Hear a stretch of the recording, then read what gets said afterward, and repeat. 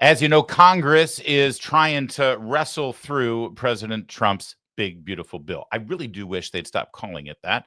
They should call it what it is: the most monumental, earth-shattering economic boon of a tax cut the American people will ever experience. They have no idea how big this is going to be. They don't even know how to measure the benefits of no tax on tips, no tax on overtime, no tax on Social Security, and the permanent extension of the 2017 tax cuts. They have no idea.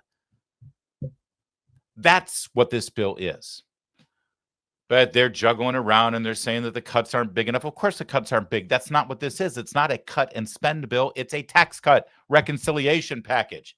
You want to cut spending and cut the budget? Start your appropriations committee today, Republicans. Let's go. Don't put all your eggs in this reconciliation basket.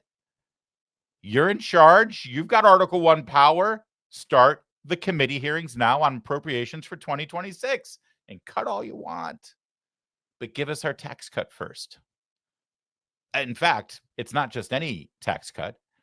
It's the tax cut that Donald Trump just ran and won on. Perhaps you forgot the 2024 presidential election.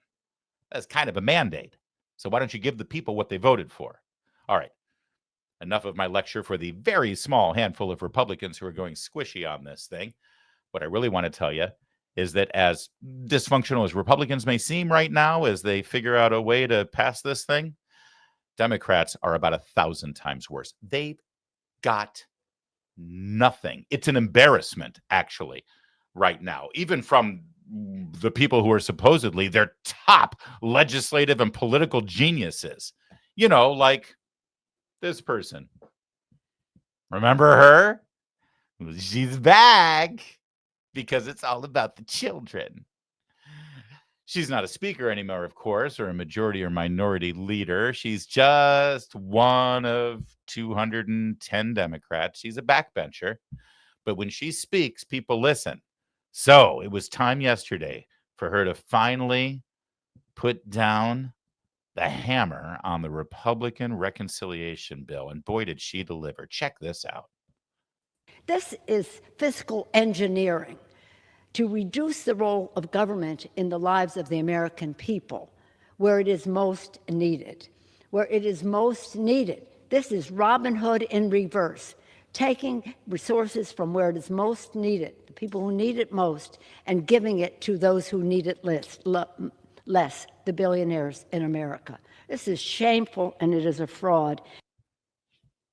Wow, that's compelling, isn't it? And so powerfully delivered. A tear in my eye. When it comes to elocution and political rhetoric, she is right up there with Joe Biden. Yeah, it's sad, honestly. I mean, and she's running for re-election, by the way. She's already announced it. So there you go. That's going to convince the American people whose side to be on, isn't it? This is Robin Hood in reverse. Oh my gosh, what a new and extraordinarily novel political message. You're stealing from the poor and giving it to the rich because you're Republicans and that's what you do, and no one buys it anymore. How rich did she get off of her insider trading in Congress? But that's only the tip of the iceberg. Even more embarrassing, even more cringe, even more ineffective. This guy, who, by the way, is like 10 years younger. Go figure. The Senate Crypt Keeper crawled out of his grave and delivered this compelling message. And we all know one thing. Donald Trump is just lying about the bill. Lying about the bill. Well, here's the "We Are All Going to Die" act. Honestly. No. If Saturday Night Live had written this for their show this Saturday, it would have been hilarious. The audience at the studio at 30 Rock actually would have loved this. Not only are they calling it the "We're All Going to Die" act, but then they decided to create a graphic with the headline, "Well, We're All Going to Die Act." And then Chuck Schumer, just to subtly hammer the message home, had to recite and read it while he pointed to each word. I'm sorry, Chuck, what are we calling it? Lying about the bill. Well, here's the "We Are All Going to Die" Act. He's the best they've got. So let me just get this straight. Over in the House of Representatives, Speaker Emeritus, the grand dame of the Democrat Party, probably the most senior and respected elected official for the Democrats in America today, Nancy Pelosi, sums up the reconciliation bill as reverse Robin Hood.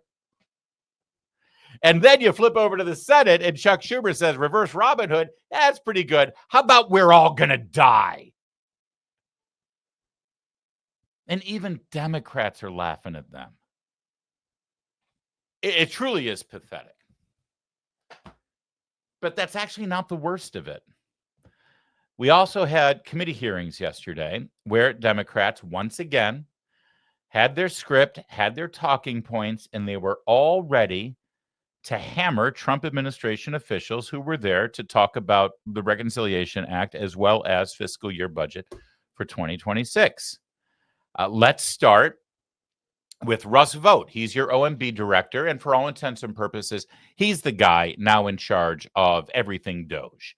I mean, he was before Doge, and all of the cuts and efficiencies and reformations that Elon Musk and his team were spearheading, they all answered to this guy, Russ Vought. He's fantastic.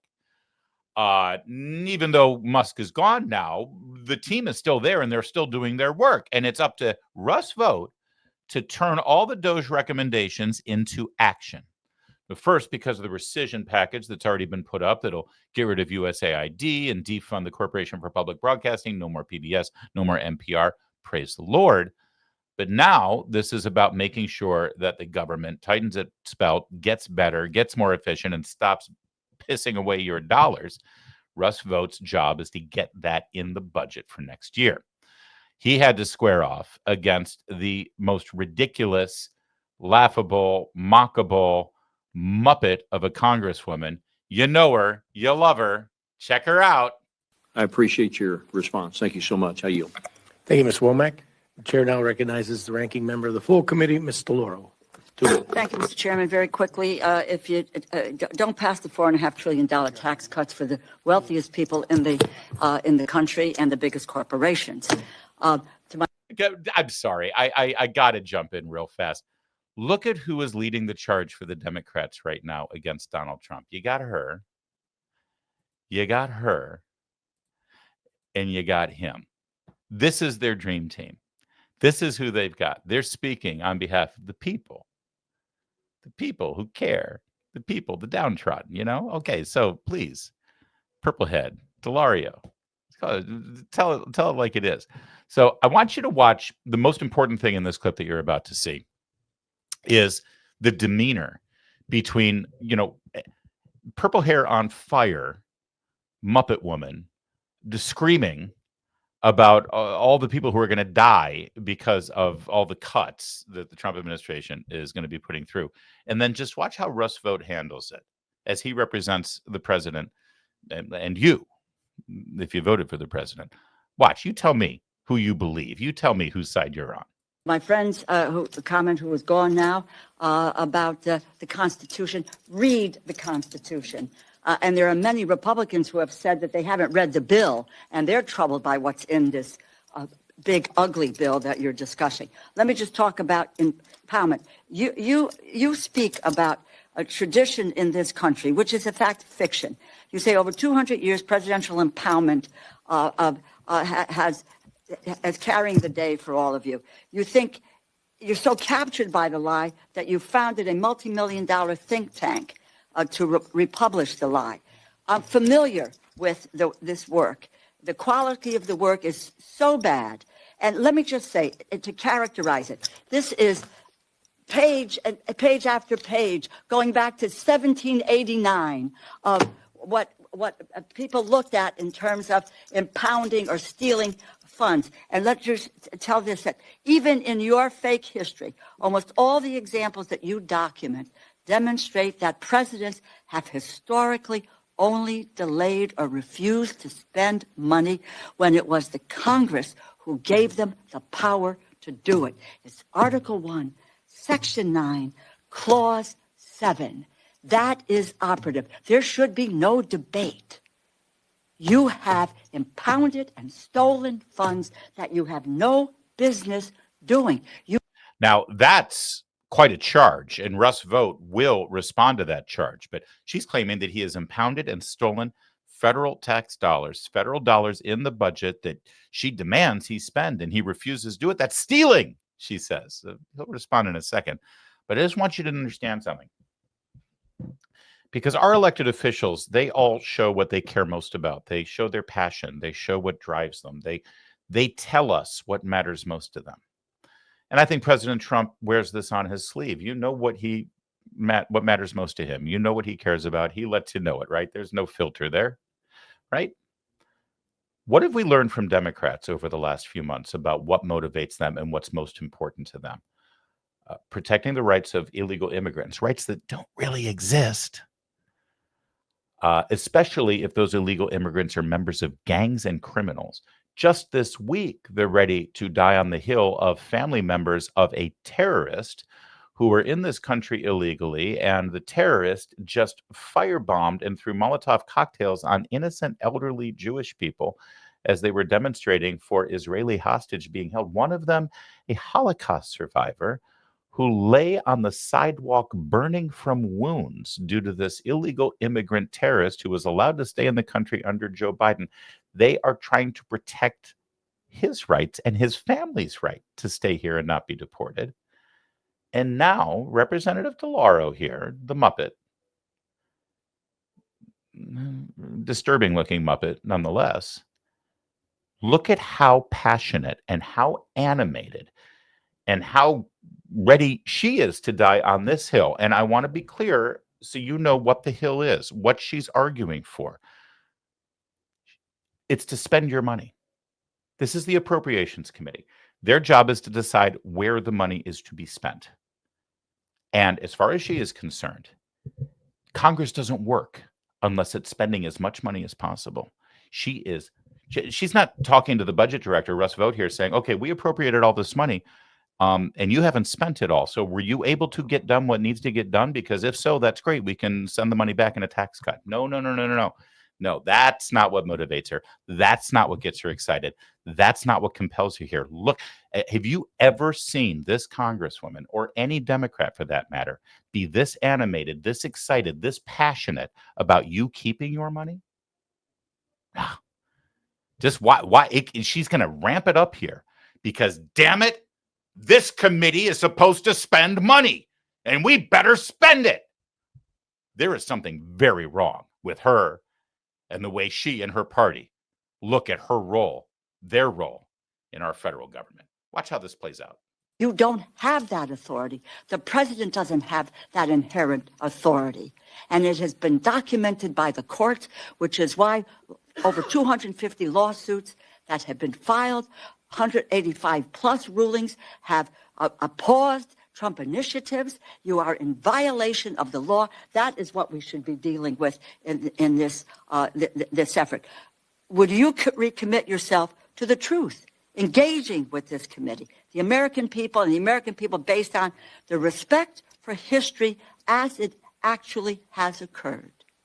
We haven't impounded any money. We're under programmatic review of federal dollars across the You board. have impounded money, $425 billion. We don't know where that number came from other than I'll tell you, look at the tracker. You know, we're following it very closely. And I would just say this, if people don't really want to appropriate and hold on to the power of the purse, then my suggestion is find another committee to sit on. Our responsibility is to make sure that we maintain that power of the purse, and that what we say has got to be congressionally spent needs to be. And you do have a premise that in that bill, in the Empowerment Control Act, that allows you to come up with a rescission package. But what is at stake is the illegality of what you have done with impounding and stealing funds from the American public and the unbelievable consequences it will have on their lives and their families' lives. Congressman, there's nothing. The chair now recognizes Ms. I love with all of that diatribe and all of the passion and all of the, like her hair on fire, if it weren't already so permanently damaged by the purple dye, that Russ Vought just says, we're not impounding anything. Nothing's been impounded. What are you talking about? And her only response was, go look at the tracker. And we'll end with this, because, you know those folks, right? You know Pelosi, you know Schumer, you know DeLauro, at least you know what she looks like. You don't know this guy. This is Gary Peters, senator from Michigan, home of my birth. Senator Peters has Secretary Lutnick in front of him, Commerce Secretary. And Peters is very concerned that a air traffic control facility in his state of Michigan might get shut down or repurposed, threatening the employment of, 7 people. And what's really at play here is that the Commerce Department, along with the Department of Transportation, are finally modernizing the air traffic control system in this country, something that has been planned and budgeted and appropriated, but still never done for about 3 decades now. Everybody, even Democrats who aren't currently holding elected office, but know what they're talking about, will say, yeah, this is a problem. It's got to be fixed. But see, for Gary Peters, as far as he's concerned, air traffic control in the state of Michigan, that's not about public safety. That's not about making sure planes can take off and land. No, this is a jobs program. And I want to protect my jobs program. Now watch this exchange, which literally leaves Secretary Lutnick LOLing at the end. Watch. So I'm going to ask you just a yes or no question. So this will be really short, and then we can get on to another issue. Will you commit to me that the forecasting office in Marquette, Michigan will not cease? Oh, I am so sorry. Unlike Jake Tapper, I'm going to correct my error immediately.